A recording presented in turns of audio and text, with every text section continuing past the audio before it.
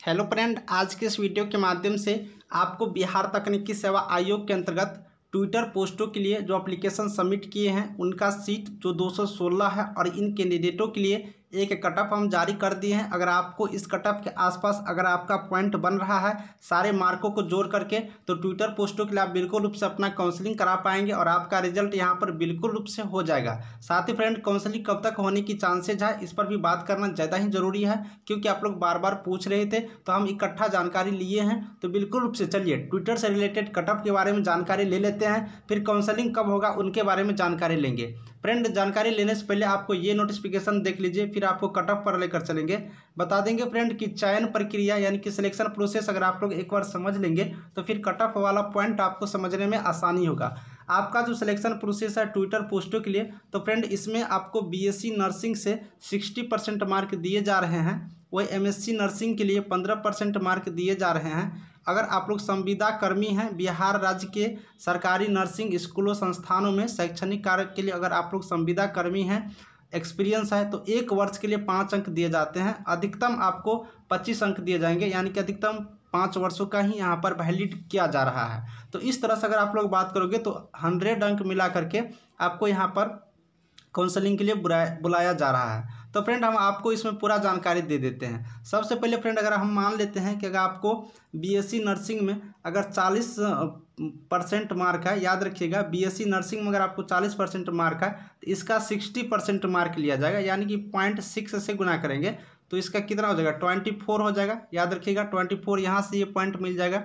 उसी तरह से अगर एमएससी नर्सिंग में अगर आपके पास मान लेते हैं कि 60% अगर आपको पास मार्क बना है, 60% है एमएससी नर्सिंग में, तो इसका 15% लिया जाएगा। अगर 15% करिएगा तो 1.15 होगा, तो इसको निकालिएगा तो यहाँ पर 900 यानी कि 9 पॉइंट बन जाएगा। उसी तरह से अगर फ्रेंड यहाँ पर बात कर लेते हैं एक्सपीरियंस का, अगर आपके पास 2 वर्षों का एक्सपीरियंस है, याद रखिएगा 2 वर्षों का, तो 2 वर्षों के लिए 5 पॉइंट यानी कि 10 पॉइंट आप लोग को दिए जाएंगे टोटल, क्योंकि 1 वर्ष में 5 पॉइंट तो 2 वर्षों में आपको 10 पॉइंट दिए जा रहे हैं। इस तरह से अगर फ्रेंड पूरा बात कर लीजिएगा तो हम बता दूं कि टोटल पॉइंट आपके कितना बन जा रहा है, 24 और 9 आपको हो जाएगा 33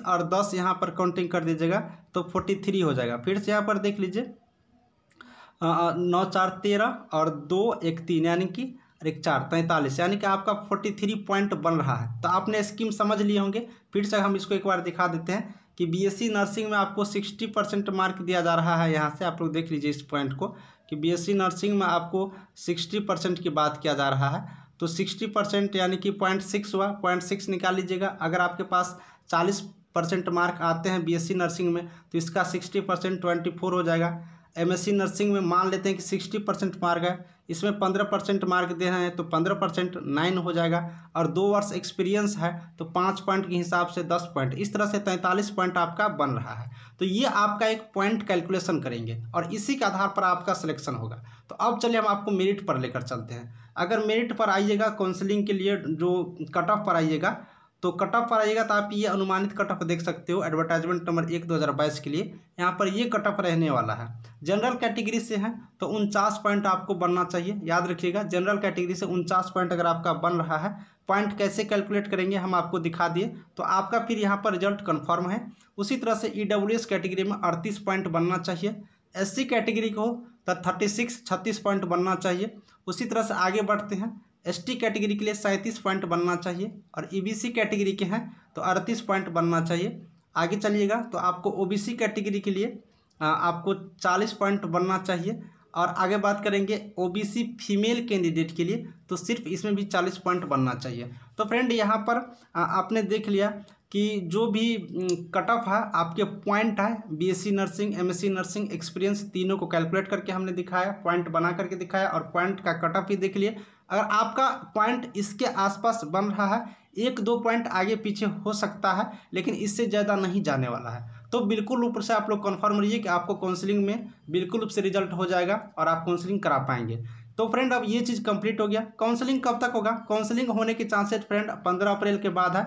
तो 15 अप्रैल के बाद जैसे ही कोई नया नोटिफिकेशन आता है बीटीएससी की तरफ से, जैसी जानकारी आएगा सबसे पहले हम ट्विटर से रिलेटेड जानकारी आपको इसी चैनल के माध्यम से देंगे। अगर आपको भी वीडियो अच्छा लग रहा है तो चैनल को सब्सक्राइब करें, टेलीग्राम ग्रुप का लिंक डिस्क्रिप्शन में ज्वाइन करें, जिससे कि कोई भी जानकारी शेयर करो तो सबसे पहले आपके पास तक पहुँच सके। Thank you.